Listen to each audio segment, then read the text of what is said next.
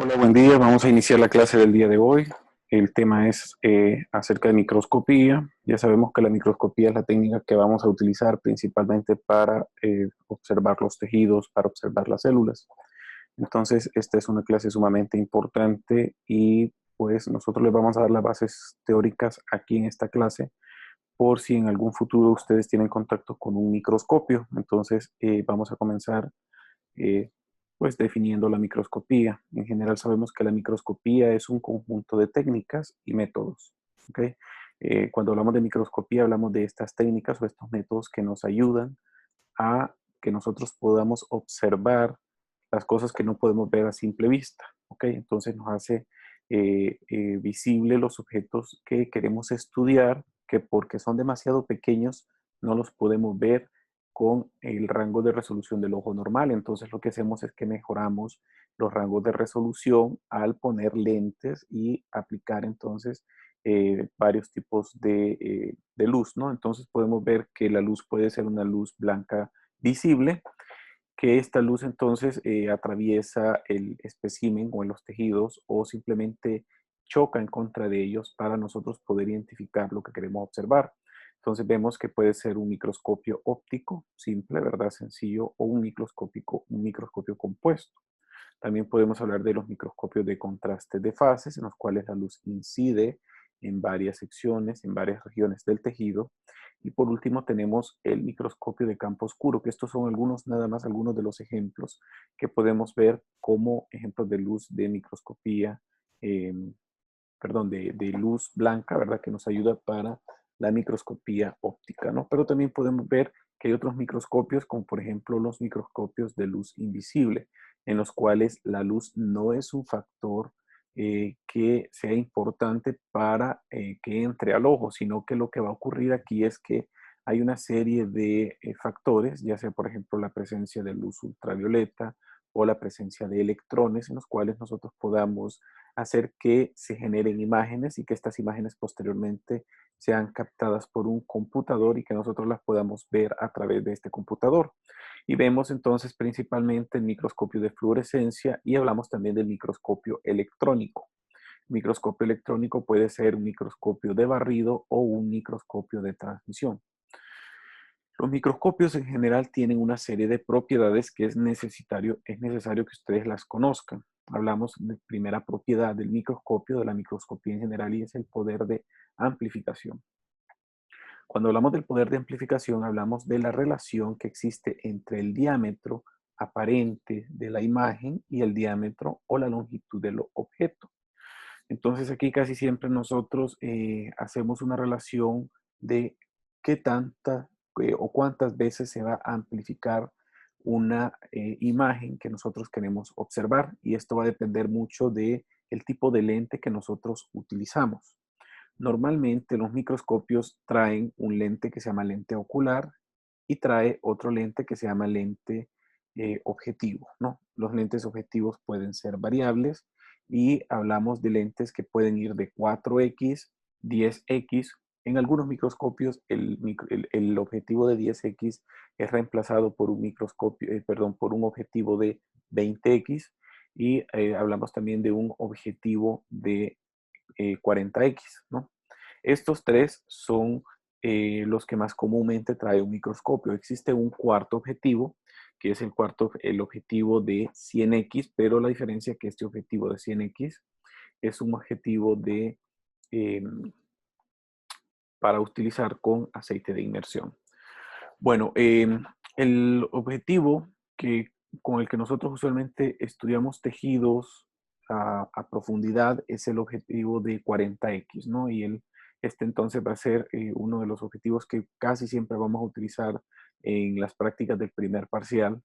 Y pues a medida vamos avanzando y vamos viendo los órganos como estructuras de mayor tamaño, entonces vamos utilizando lentes de 10X y también lentes de 4X, ¿no? Entonces el de 40X es el de mayor amplificación, es decir, que tiene mayor capacidad de amplificación. El de 10X o el de 20X tiene mediana capacidad de amplificación y el de 4X tiene una muy baja capacidad de amplificación.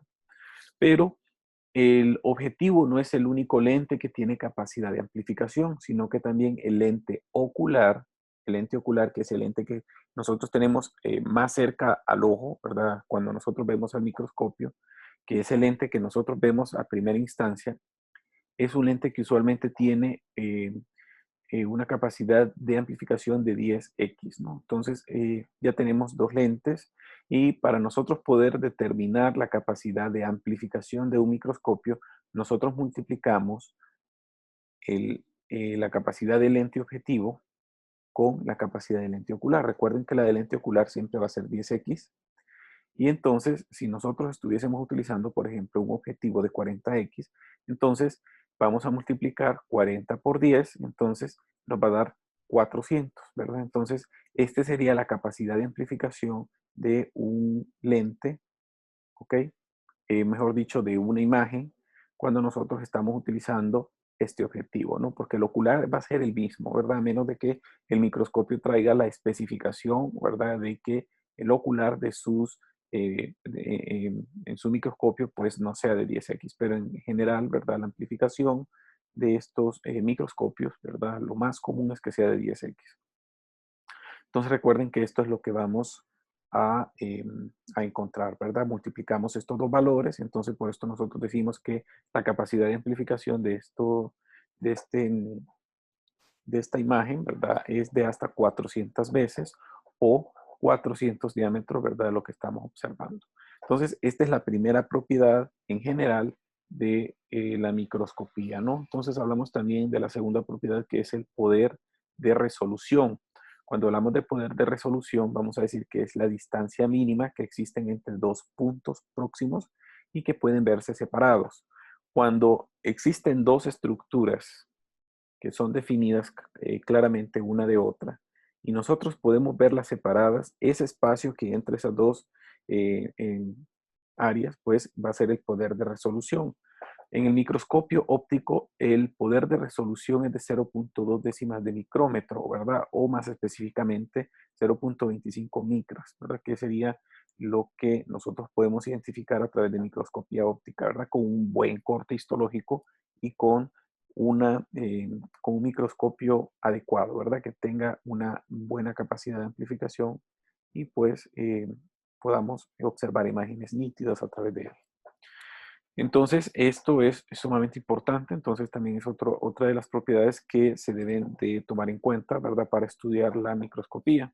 Y el otro es el poder de definición. ¿Qué tan nítido nosotros vamos a ver las imágenes que se están generando a través de este microscopio, ¿verdad? Y esto va a depender de los lentes que se están utilizando. Obviamente, si yo estoy viendo con un objetivo de 4x, no voy a tener tanta capacidad ni de resolución ni de definición, ¿no? Sin embargo, podemos utilizar, por ejemplo, objetivos de 100x con aceite de inmersión en los cuales podemos aclarar el poder de resolución y el poder de definición, ¿verdad? Entonces sí los podríamos mejorar a pesar de que estamos utilizando un medio refringente que sería el aceite de inmersión. Entonces vamos a comenzar a hablar específicamente del microscopio óptico. Ya sabemos que este es un microscopio que está hecho a base de lentes. En este caso son lentes, casi siempre están constituidos por vidrios o por otras especies, por otros polímeros que pueden generar imágenes, ¿verdad? Para que nos permitan utilizar estos lentes para magnificar las imágenes o para amplificarlas, ¿no? Entonces, en general, los lentes son atravesados por la luz. Ojo, la luz nos puede ayudar a que la imagen llegue directamente a nuestros ojos, ¿verdad? Pero también puede ser atravesada por otro tipo de estructuras, ya sean, por ejemplo, electrones, ¿verdad? O pues radiación ultravioleta.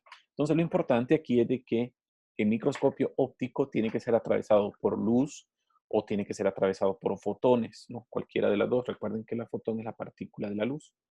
Y pues también tenemos otros, ¿verdad? Que son conocidos como microscopios de campo claro. El microscopio simple es el que nosotros conocemos como microscopio simple, es un microscopio que está construido básicamente por una sola lente. Y el ejemplo clásico y el que nosotros ya conocemos es la lupa, ¿no? Pues la lupa es el ejemplo más comúnmente observado.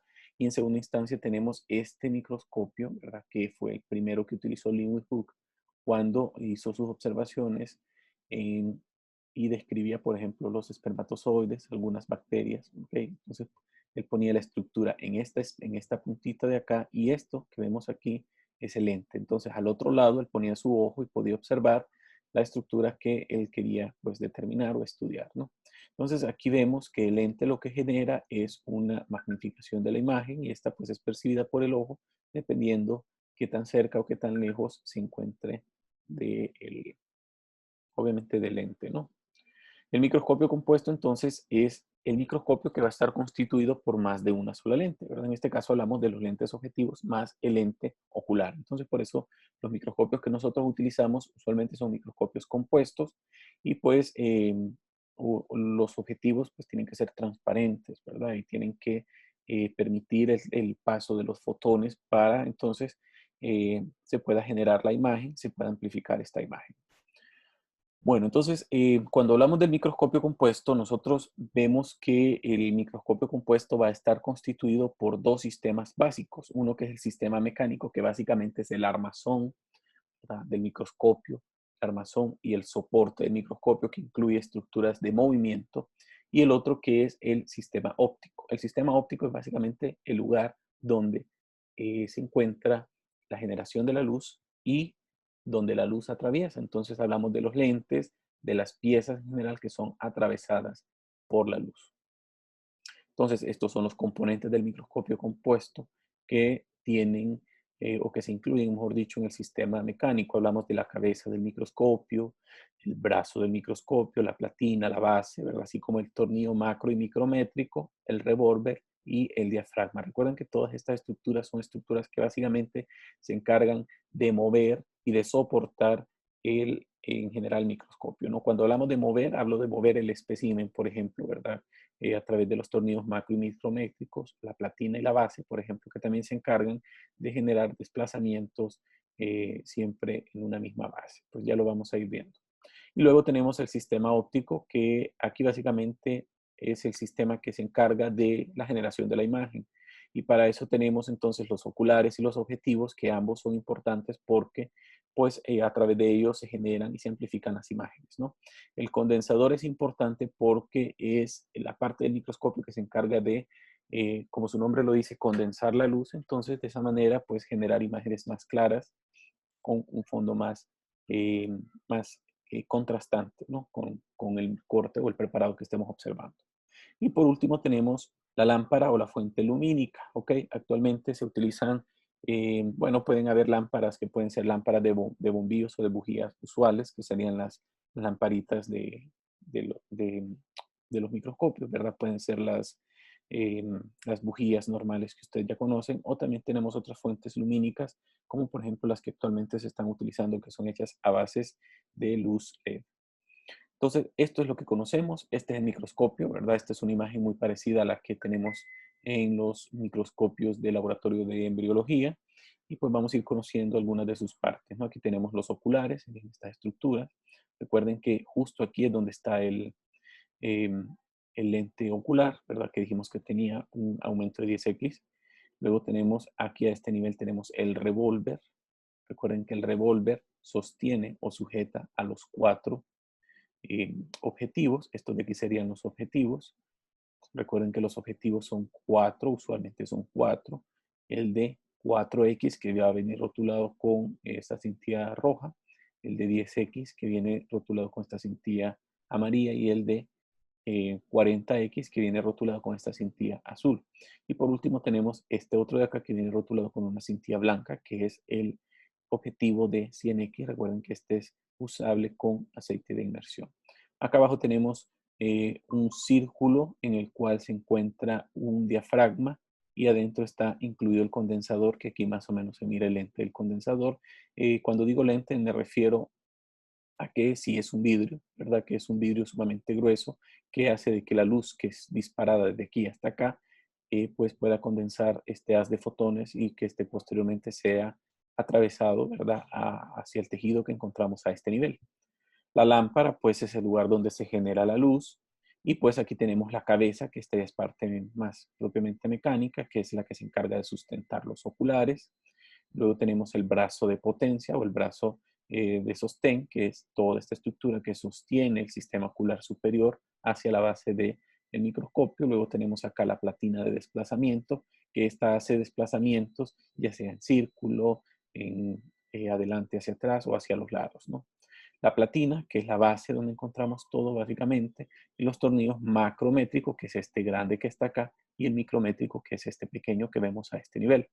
La base, pues, es aquí donde encontramos la lámpara y hacia la región posterior encontramos el enchufle, ¿verdad? Que es el lugar donde se conecta el alimentador de energía. Y aquí vemos, por ejemplo, este que sería el encendedor, ¿verdad?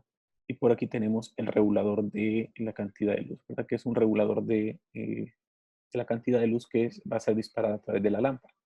Entonces, estas serían básicamente las partes mecánicas. Recuerden que la principal función de la cabeza del microscopio es sostener los oculares y mantenerlos en contacto con el revólver, ¿no? El brazo es esto que está acá. Ya dijimos que es la estructura que se encarga de sujetar eh, prácticamente todo, ¿no? Sujeta las estructuras oculares a este nivel, sujeta la platina, aquí vemos la platina, sujeta los tornillos macro y micrométricos y también se encarga de que el movimiento de los tornillos macro y micrométricos puedan o permitan desplazar la platina, ¿verdad? Ya sea hacia los lados que el observador quiera movilizarlo, ¿no? El revólver, ya mencionamos que se encarga de sostener los objetivos y permite alinearlos con la luz que es disparada a través de el condensador, ¿verdad? Cuando ya llega al espécimen, ¿no? El tornillo macrométrico y micrométrico ya sabemos que están adheridos directamente al brazo y la base que se encuentra hacia la parte inferior del microscopio y pues que permite que el microscopio se encuentre de pie y que toda la estructura de los sistemas óptico se encuentre alineado, ¿no? Y así de esta manera llegue a los ojos del sujeto que está inspeccionando el tejido. La platina, pues es esto, ¿no? La platina tiene esta pinza, ¿verdad? Tiene una base. Aquí tenemos una especie de cremallera que lo que hace es que sujeta, detiene el espécimen. El espécimen usualmente está colocado en esta laminita de vidrio que es conocida con el nombre de portaobjetos, ok, el portaobjetos es esta lámina de vidrio, que es el lugar donde tenemos el tejido o el espécimen, y aquí es donde se está generando y amplificando la imagen, luego, ¿verdad? O mejor dicho, justo cuando está entrando hacia los lentes, ¿no? Entonces, aquí tenemos, aquí en esta imagen no se observa, pero hay una especie de tornillos laterales que van hacia abajo. Quiero ver si en la imagen anterior se ve. Sí, son estos de acá, estos dos de acá, ¿verdad? Tenemos el tornillo lateral. Este tornillo lateral tiene dos partes, ¿no? La parte, esta que se mira más gruesecilla, que está acá arriba, es la que permite hacer desplazamientos de izquierda a derecha. Y esta que está acá abajo permite hacer desplazamientos de adelante y hacia atrás.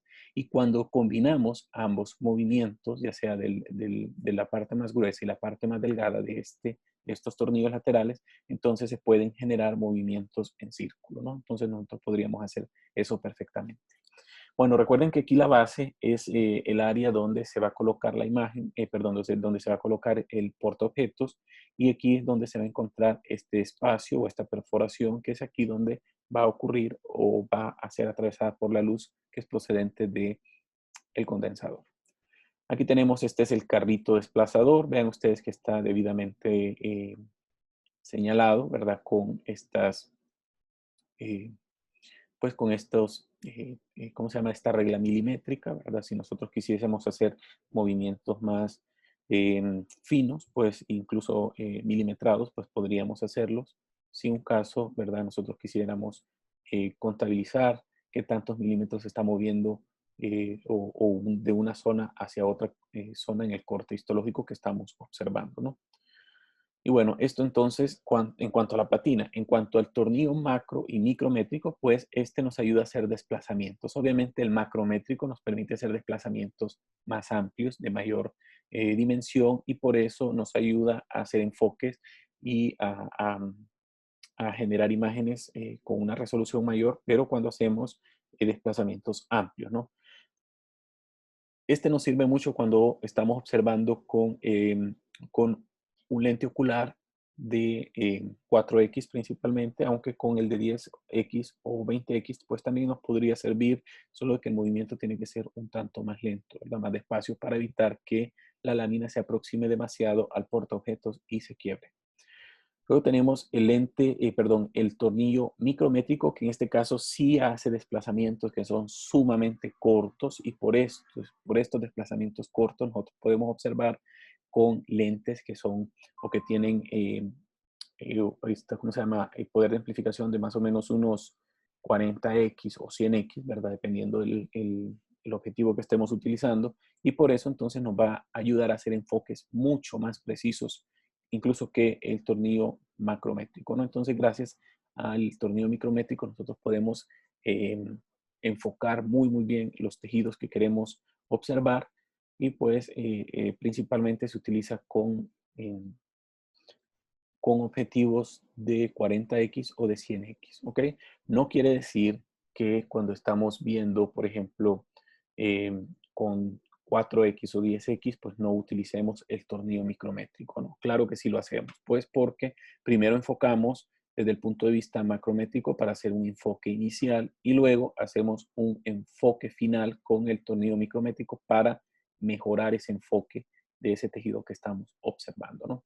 Bueno, los oculares se encuentran acá justo arriba de la cabeza, ¿verdad? Recuerden que aquí es donde el observador pone sus ojos. Aquí pone sus ojos, usualmente pues no tiene que tener un contacto tan cercano al lente, con solo que se genere la imagen, pues aquí es donde se va a generar la imagen amplificada, ¿no? Y el foco lo teníamos a este nivel. Ya sabemos que el foco básicamente se encarga de generar los rayos de luz o los fotones que van a ser llevados y primero van a atravesar un diafragma y por último van a atravesar el condensador antes de ser o antes de atravesar el espécimen, que es lo que queremos que se genere, ¿no? El revólver ya sabemos que es esta estructura redonda que tiene esta especie como de bordes testoneados que nos ayudan a sujetarlo mejor, porque nos ayuda, valga la redundancia, a girar, ¿no? Y cuando estamos girándolo, nosotros vemos que estos objetivos se mueven y se alinean directamente con el condensador para generar imágenes y amplificarlas, ¿no? Entonces, estos revólver, pues en general nos ayuda a rotar estos objetivos, y al rotar los objetivos, pues permite, como les decía, ¿verdad?, que se alinee el objetivo directamente con el condensador y la luz que está siendo atravesado o que está atravesando el espécimen, ¿no? Aquí vemos entonces que el condensador se encuentra justo abajo de la platina y es esta estructura que tenemos acá, ¿no? El condensador, pues a su vez está en contacto aquí con el diafragma. Si nosotros giramos este tornillo que vemos a este nivel, puede ser que abramos o cerremos el diafragma, y de esta manera regulamos la cantidad de luz que va a entrar hacia el lente condensador. El lente condensador usualmente está constituido por una pieza, pero puede estar constituido por dos, como lo vemos a este nivel. Y casi siempre son dos piezas o dos lentes los que ayudan a condensar la luz procedente del diafragma. Entonces, cuando la luz es generada a este nivel, el diafragma regula la cantidad de luz que llega hacia el condensador, y obviamente el condensador lo que va a hacer es que concentra esa luz para que llegue a un punto muy pequeño acá y que este punto directamente atraviese el espécimen y posteriormente salga hacia el objetivo. Y aquí lo vemos, ¿no? Entonces, aquí vemos, esta de aquí sería la perilla que nos ayuda a regular la entrada de luz o a regular la apertura del diafragma, ¿no? Y acá arriba no se mira, pero ahí es donde estaría entonces el condensador. Pues aquí vemos que dependiendo la apertura del condensador, pues así es la cantidad de luz que va a, a entrar, ¿verdad? Dependiendo. Pues hay una serie de ecuaciones que no nos interesan a este nivel, y pues según la apertura del diafragma, pues eso va a permitir la entrada de luz a través del condensador. Y bueno, esto es lo que hemos estado mencionando, ¿verdad? Aquí está todo el sistema óptico ya una vez iluminado. Recuerden de que pues el sistema óptico no solo es lo que hemos mencionado, sino que hay otros componentes que son importantes y que ustedes deben saber que existen, y son los espejitos.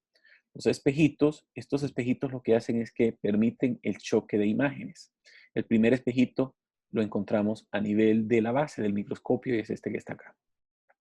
Entonces, este espejito, vean ustedes que la luz usualmente sale de acá, choca en el espejito y luego el espejito hace que se proyecte la luz para que esta luz rebote, entre a través del diafragma, llegue al condensador y luego atraviese el espécimen y luego este espécimen va a llevar ya la imagen formada hacia el objetivo. Y aquí es donde comienza la amplificación de la imagen en el objetivo. Entonces en el objetivo sube la imagen, choca con otra serie de espejillos. Estos espejillos se encuentran a nivel de la cabeza del microscopio que hacen que la imagen ahora se redireccione hacia el ocular y que en el ocular pues se termine el proceso de la amplificación de la imagen, ¿no? Entonces esto es lo que usualmente vemos. Bueno, dependiendo la posición de los lentes, pues así podría ser eh, pues el tipo de imagen que se va a formar, pero no vamos a entrar pues en estos detalles, ¿no? Hay otros sistemas ópticos de microscopía y pues estos los vamos a ir viendo eh, a continuación.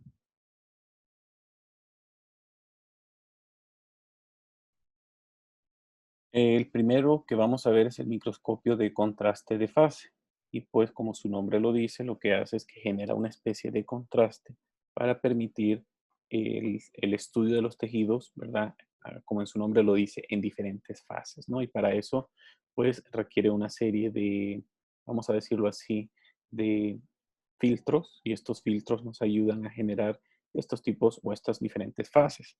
Y gracias a que pues es un microscopio que nos ayuda mucho a generar diferentes fases, como su nombre lo dice, pues nos ayuda a determinar o hacer estudios aún en células vivas, ¿no? Entonces, gracias a esto, pues no es necesario que estas células pues estén eh, procesadas y muertas, ¿verdad? Por lo tanto, entonces podemos ver, por ejemplo, células sanguíneas, podemos ver células, por ejemplo, no sé si ustedes han visto como una de estas células que come, por ejemplo, bacterias, pues cómo puede seguirla, ¿verdad? Entonces esto lo podemos ver gracias a que se generan estas especies de fases para nosotros poder observar estas células vivas, ¿no? Entonces se han descrito dos variantes del microscopio de contraste de fases y se habla de una que se llama de interferencia, que ayuda a cuantificar masas tisulares, y hay otro que se llama de interferencia diferencial de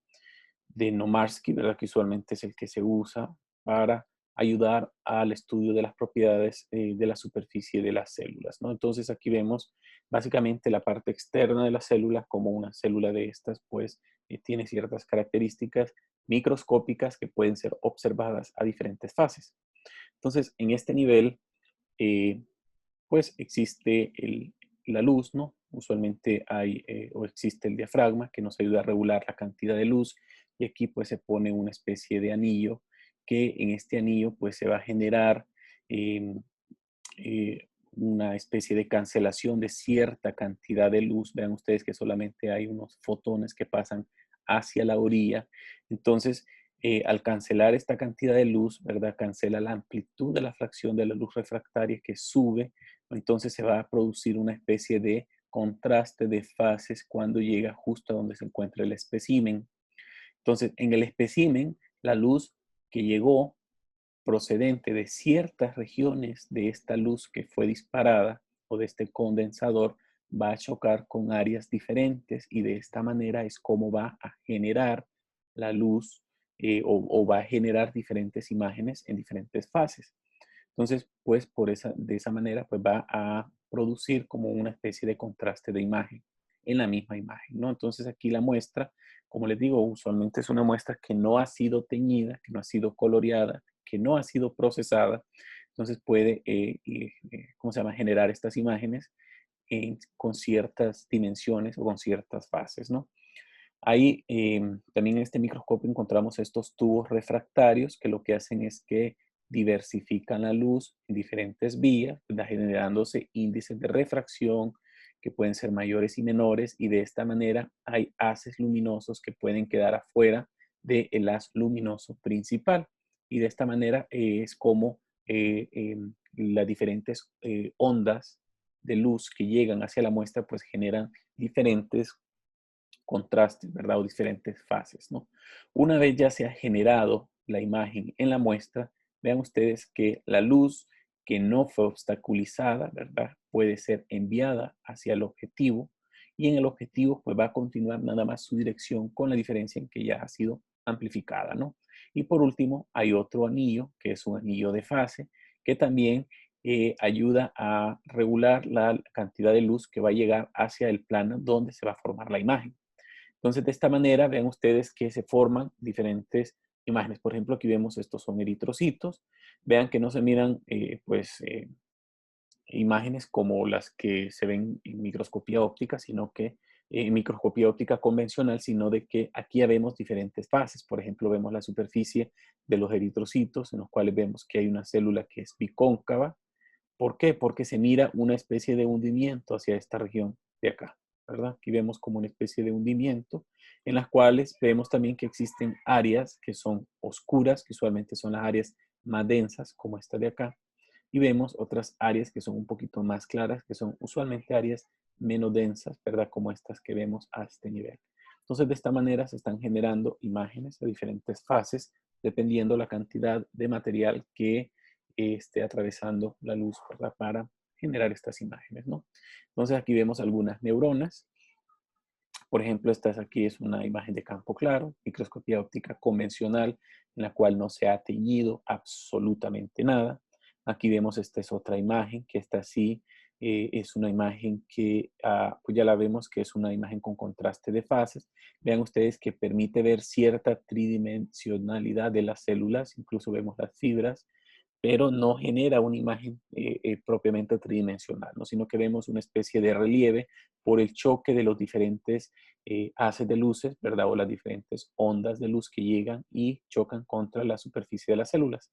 Y por último tenemos, este es el de la microscopía de interferencia diferencial, ¿verdad? De Novarsky, que aquí sí vemos más detalle, ¿verdad? Porque vemos algunas especies de remarcaciones que han sido utilizadas a través de esta técnica, ¿verdad? Que no vamos a entrar en detalles, ¿no? Aquí vemos que estas imágenes inclusive pueden ser reconstruidas y recoloreadas y modificadas bajo técnica de edición en microscopios, perdón, en computadoras, donde se colorean. Por ejemplo, aquí vemos cartílago, vemos otros tejidos conectivos no especificados, y pues de esta manera nosotros podríamos observar las diferentes fases que tienen estos tejidos, ¿no?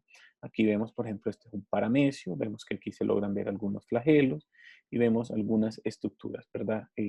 Adentro de la célula, ¿no? Vemos incluso las vacuolas y vemos otros componentes externos, ¿no? Entonces, de esta manera nosotros estamos generando imágenes, ¿verdad? En diferentes fases a través de estos anillos que son sumamente importantes, ¿no?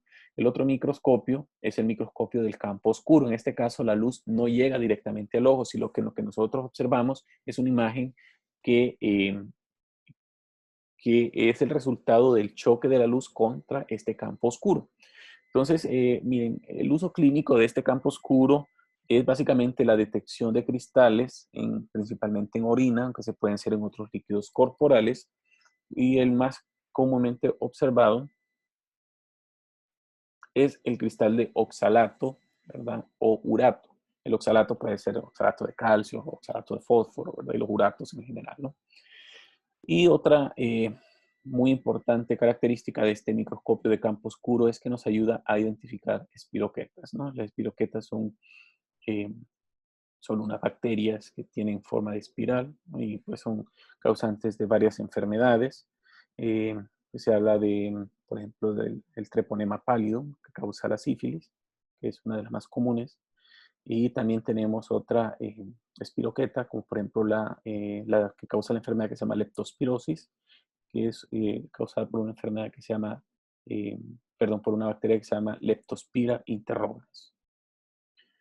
Entonces, ¿en qué consiste el microscopio de campo oscuro? Vean ustedes que aquí tenemos todo el sistema óptico, aquí tenemos el espécimen que nosotros queremos observar, que usualmente puede estar en una base en agua y tiene un fondo que es esto que está aquí, que es un campo oscuro. Nosotros perfectamente podríamos construir un microscopio de campo oscuro con un microscopio ordinario, ¿no? Poniendo este campo oscuro y haciendo que una lámpara eh, dispare la luz en contra de este espécimen, que es el que tenemos montado acá, y entonces la luz va a chocar en contra de todo el soluto que tenemos en este espécimen, en esta muestra, y todo lo que es soluto pues se va a formar o se va a dibujar o a, eh, se va a iluminar con esta luz que se está disparando hacia el espécimen. Y todas las zonas en las cuales no haya un soluto, entonces la luz va a pasar hacia el campo oscuro y ahí va a ser absorbido. Entonces, la luz pues utiliza la misma longitud de onda, entonces de esta manera, entonces puede ser absorbida por el campo oscuro y pues de alguna manera pues choca con las partículas que sí existen, que están ahí en este espécimen que queremos observar, entonces es ahí donde se van a hacer evidentes, ¿no? Entonces, cuando ya se hacen evidentes, pues son observadas, ya sean por una máquina que nos ayuda a observar o directamente por un ojo, ¿verdad? Aquí vemos el fondo oscuro. Aquí en el fondo oscuro la luz va a ser absorbida, pero en los lugares donde encontramos partículas como estas, por ejemplo, la luz va a chocar en contra de ellas y va a generar entonces esta luz refractada que va a llegar hacia los lentes para formar obviamente las imágenes que nosotros vamos a observar por el microscopio.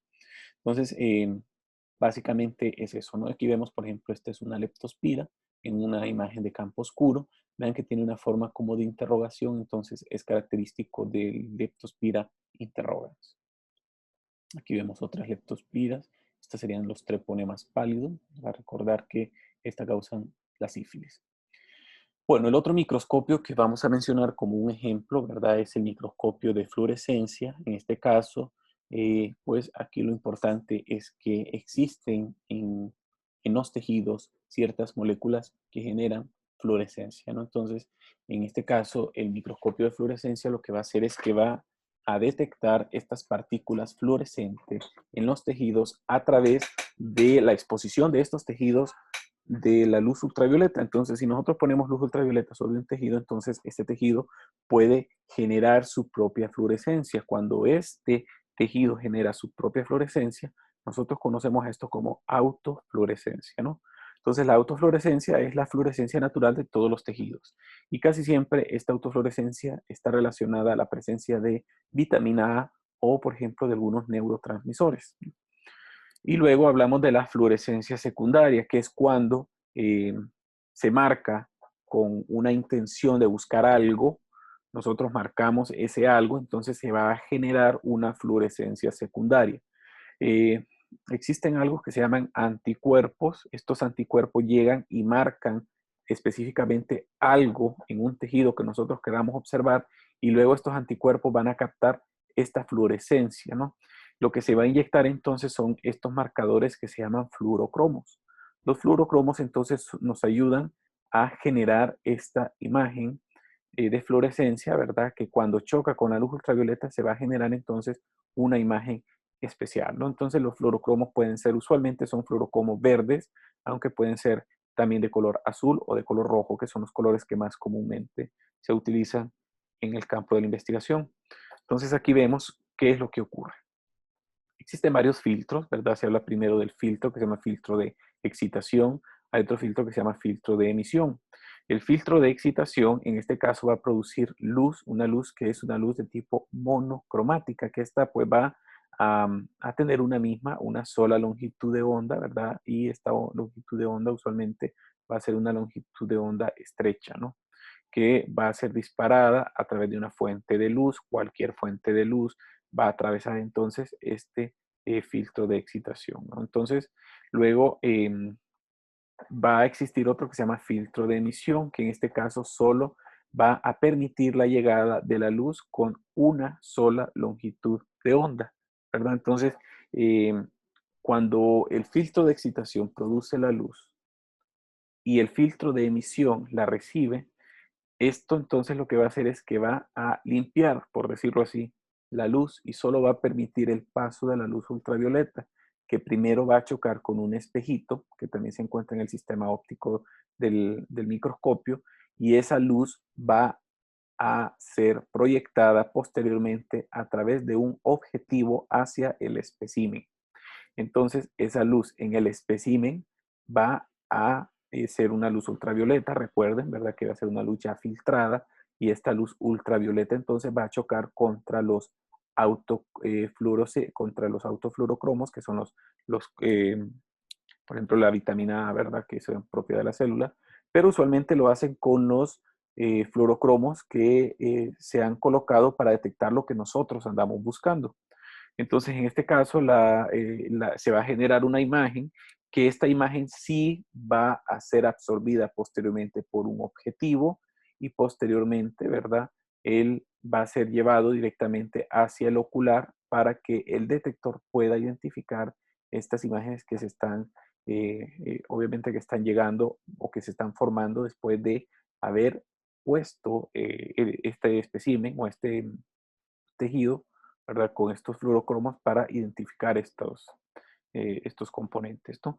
Estos fluorocromos son sumamente importantes, ¿verdad? En general, la microscopía de fluorescencia es importante porque nos ayuda a identificar, por ejemplo, presencia de algunos anticuerpos específicos, ¿verdad? O de moléculas específicas, de las uniones celulares, por ejemplo, se hablan de unas moléculas que se llaman nexos o conexones, ¿verdad? Algunas neurofibrillas, eh, en general, ¿verdad? Los marcadores fluorescentes de algunos factores de crecimiento en los tejidos, etcétera, ¿verdad? La verdad que la aplicación de esto podría ser un abanico de posibilidades donde nosotros pudiésemos identificar estructuras específicas, ¿no? Y lo más importante es saber determinar un anticuerpo para determinar cuál es la estructura que nosotros queremos resaltar en ese tejido.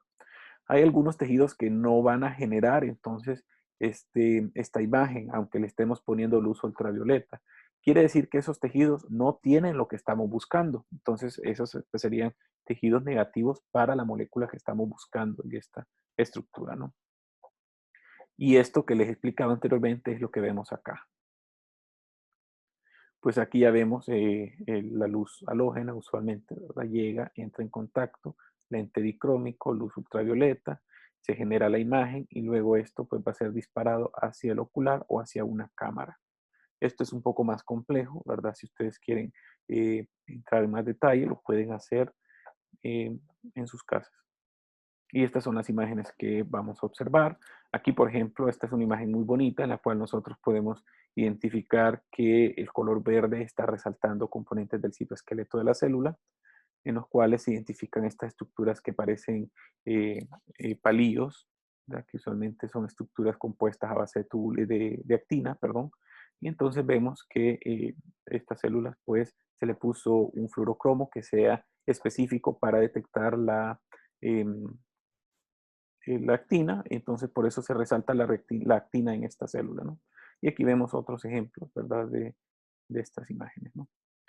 El microscopio electrónico es otro microscopio, pues, muy útil en la actualidad.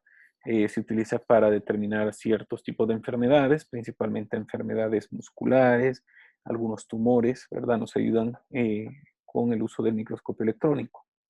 El microscopio electrónico ya no utiliza luz, sino que utiliza o está hecho a base de electrones. Es decir, la imagen se va a generar gracias a que existe la dispersión de los electrones y los electrones van a ayudarnos a reconstruir estas imágenes, ¿no?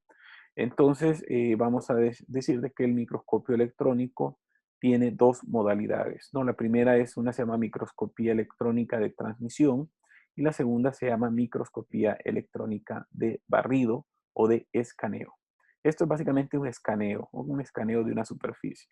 Y la microscopía electrónica de transmisión, ahí, como su nombre lo dice, estos electrones tienen que atravesar el tejido y lo van a dibujar en base a las estructuras que tiene ese tejido. Y ya vamos a ir viendo en qué consiste esto. Entonces, este microscopio electrónico usualmente tiene una resolución, ¿verdad? Incluso de un factor de hasta 10 a la 3 del poder de amplificación. Estamos hablando de 1.000.000 de veces, ¿no? Básicamente es sumamente alta la capacidad de estos microscopios de generar imágenes. Entonces les voy a hablar ahorita del microscopio electrónico de transmisión. Bueno, vean ustedes que el espécimen se encuentra en este punto. Siempre tenemos un cátodo, así se llama, ¿verdad? Los cátodos son fuentes o son recursos de electrones. Los cátodos usualmente disparan electrones, pasan por ánodos, ¿verdad? Que generan o que dispersan, ¿verdad? Y a la vez condensan estos electrones y hacen que lleguen específicamente a un condensador. Una vez que ya fueron condensados todos estos electrones, vean ustedes de que estos electrones posteriormente van a llegar hacia donde se encuentra el espécimen. Y aquí en el espécimen van a dibujar lo que está en el espécimen. Al dibujar lo que está en el espécimen, lo que ya se dibujó en el espécimen va a ser o va a llegar hacia el lente objetivo. ¿Ok? Y en el lente objetivo, entonces, es el lugar donde se va a dispersar la imagen para que posteriormente esta sea llegada o recibida en el lente de proyección, ¿no? En el lente de proyección, entonces, es donde se pueden determinar y escanear ya las imágenes. Vean ustedes que esta imagen ya está prácticamente creada en base a lo que se escaneó a este nivel. Entonces, esta imagen usualmente es conectada a un computador y es aquí donde se hacen las capturas de las imágenes de lo que nosotros estamos observando, ¿no? Entonces, esto es básicamente los electrones dibujan la imagen al atravesarla. Ya vamos a entender mejor cómo la dibujan.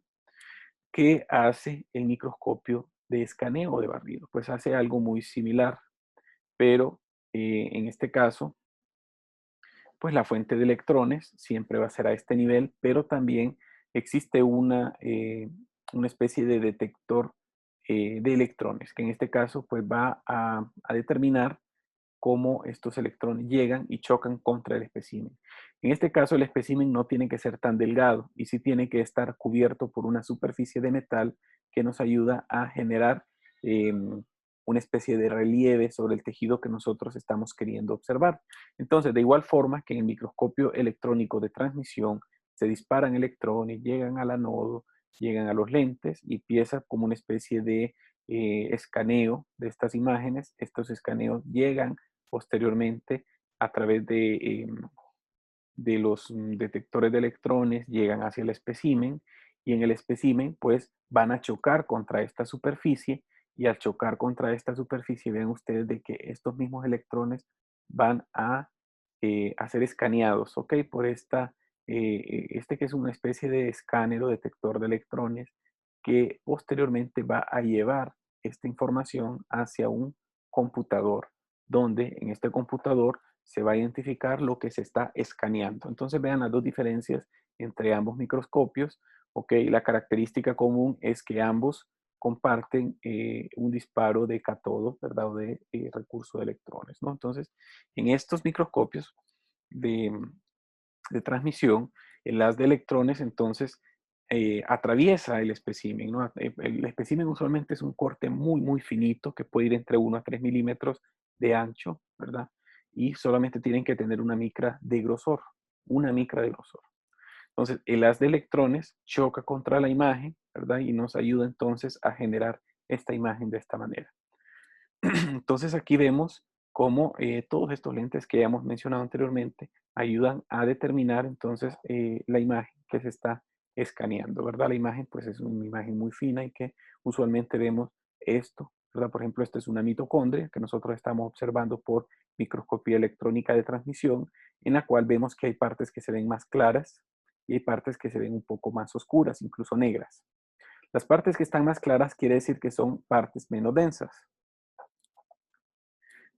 Cuando me refiero a menos densas es que tiene mayor cantidad de soluto y menor cantidad de solvente, o que simplemente no hay estructuras formadas en él, sino que solamente hay partículas de suspensión. Entonces, estas partes claras representan los electrones que pudieron atravesar este corte, pudieron atravesar esta región, entonces por eso aquí se detienen menor cantidad de electrones, porque fueron atravesados fácilmente, ¿no? Luego tenemos estas partes oscuras y estas partes oscuras sí permiten la absorción de los electrones debido a que son más densas, ¿verdad? O sea, tienen mayor densidad. Y así entonces se pueden dibujar las estructuras que nosotros queremos observar. Por ejemplo, aquí vemos la mitocondria, aquí vemos retículo endoplásmico rugoso, ok, todo esto aquí es retículo endoplásmico rugoso y estos puntitos que ven aquí pues serían los famosos ribosomas.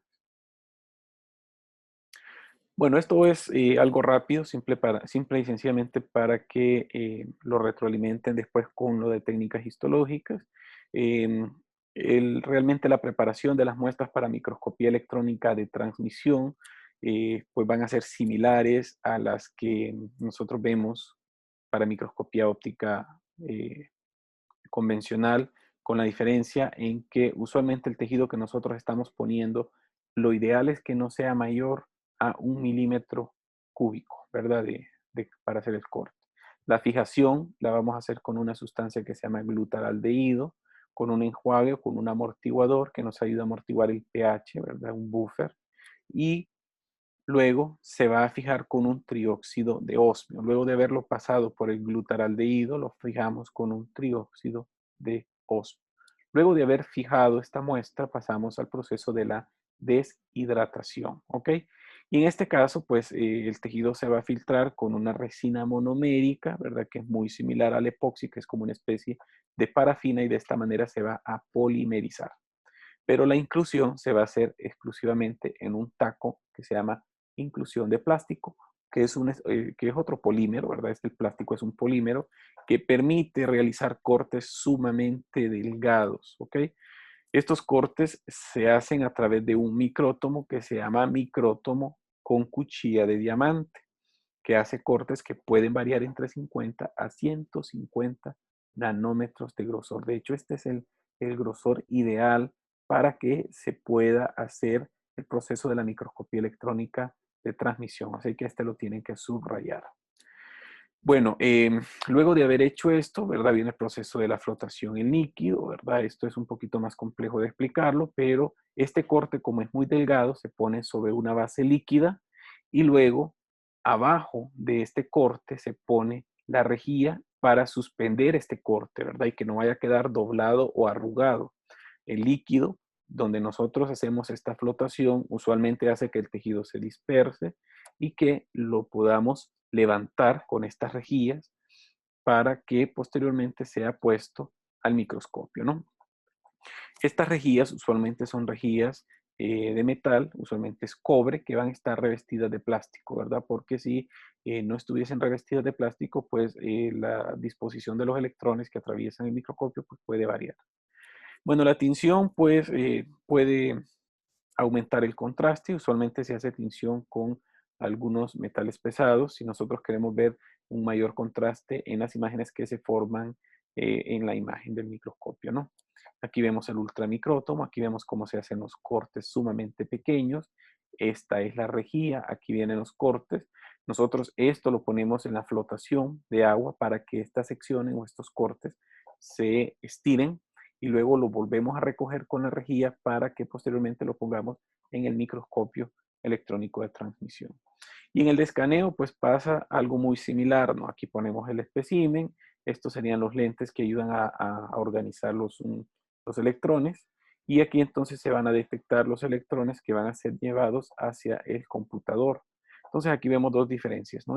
Así es como quedan los cortes por microscopía electrónica de transmisión, en los que vemos cortes, ¿verdad? Cortes, estos de aquí serían cilios, y aquí vemos otro corte, ¿no? Que vemos ya estructuras más complejas. Aquí vemos, por ejemplo, un núcleo de una célula visto por microscopía electrónica de transmisión.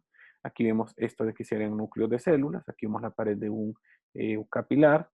Aquí vemos esto de aquí serían, este es un corte histológico de la membrana de filtración glomerular. Estas de aquí son células mesangiales. Esto las vamos a ir conociendo después. Y bueno, entonces hasta aquí hemos visto la microscopía electrónica de transmisión. Con la de barrido, pues uno podría hacerlo directamente sobre una superficie, pero les quiero hablar en este momento de un proceso que se llama criofractura. La criofractura, pues nosotros lo hacemos para separar las dos hojas de la membrana celular. Vemos una membrana celular externa y una membrana celular interna, en el cual una célula se congela y luego con cuchillos ultrafinos separamos las dos hojas de membrana celular con una membrana celular externa y una membrana celular interna, en la cual obviamente van a haber proteínas integrales, ¿verdad? Pero no vamos a hablar de eso ahorita. Entonces, este bloque que está congelado tiene que estar más o menos a una temperatura de menos 160 grados centígrados. Entonces, este bloque se va a colocar en un aparato de criofractura donde tiene este cuchillito y pues que ayuda a hacer entonces este corte a través de las dos hojas, ¿no? Y lo que vemos es esto. Pues aquí vemos, por ejemplo, si ustedes se fijan, lo estamos observando como en una especie de relieve. Aquí vemos, por ejemplo, este es un núcleo de una célula en el cual se pueden identificar algunos polos nucleares y pues básicamente las membranas celulares, ¿no? Y aquí vemos algunas fibras de la membrana basal. Aquí vemos la superficie epitelial en la cual se identifican estas que son microvellosidades y aquí podemos identificar algunos cilios de la célula. Vean que tiene esa conformación tridimensional. Aquí vemos, esto es lo mismo que mirábamos en aquel corte histológico donde les dije que estaba la membrana de filtración glomerular. Aquí lo vemos en tridimensional y vemos todas estas prolongaciones del citoplasma de estas células que se llaman podocitos, ¿no? Se habla de otro tipo de microscopio, solo para que lo conozcan, es un microscopio de fuerza atómica que nos ayuda a generar estudios topográficos en general, de moléculas, de átomos y etcétera, ¿no? Tiene una puntita sumamente fina que ayuda a, a escanear superficies cuando ésta choca en contra de estas superficies. Vean ustedes que es tan pequeña que más o menos sería la longitud de 20 micras de longitud, ¿verdad? De dimensión. Entonces, bueno, con este podemos estudiar ya sean células vivas o células muertas, ¿no?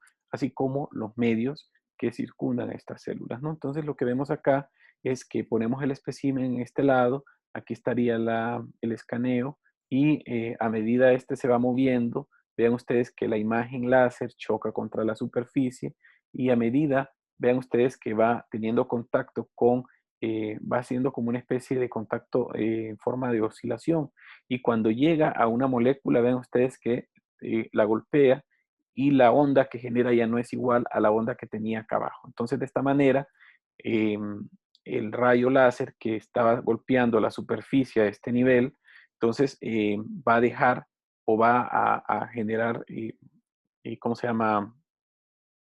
Que la superficie reflectora sea menos larga, ¿verdad? En base a qué tan larga sea la onda que se está generando. Entonces, el detector, que se llama fotodiodo, va a registrar los movimientos que hace este haz de láser y estos posteriormente van a ser llevados a un computador para generar entonces estas imágenes que también son una especie de escaneo similar a lo que hace el microscopio electrónico de escaneo, ¿verdad? O el que habíamos visto de barrido, ¿no? Entonces, eh, esta es la puntilla, ¿verdad? Que se llama púa, es esta misma, es esta que vemos acá, es la que se encarga básicamente de explorar todo el espécimen y generar entonces esta imagen reflectada, ¿no? Aquí vemos, por ejemplo, esta es una imagen que fue escaneada, en la cual vemos la célula, vemos los componentes de la célula, y pues realmente esto nos ayuda a reafirmar y de mejorar lo que es la teoría celular, ¿no? Aquí vemos estas moléculas también, ¿verdad? De ADN que han sido escaneadas con este tipo de microscopio. Entonces, bueno, aquí vemos algunos ejemplos. Vean que son realmente muy pequeños, pero aquí se pone el espécimen, ahí hace el escaneo completo y pues ha sido llevado al detector que posteriormente está conectado a un computador. Y bueno, entonces aquí terminamos la clase de microscopio. Espero que lo miren con detenimiento, ¿verdad? Y que tengan la osadía de sacar la información necesaria para que puedan eh, comprender mucho mejor el tema de microscopía electrónica.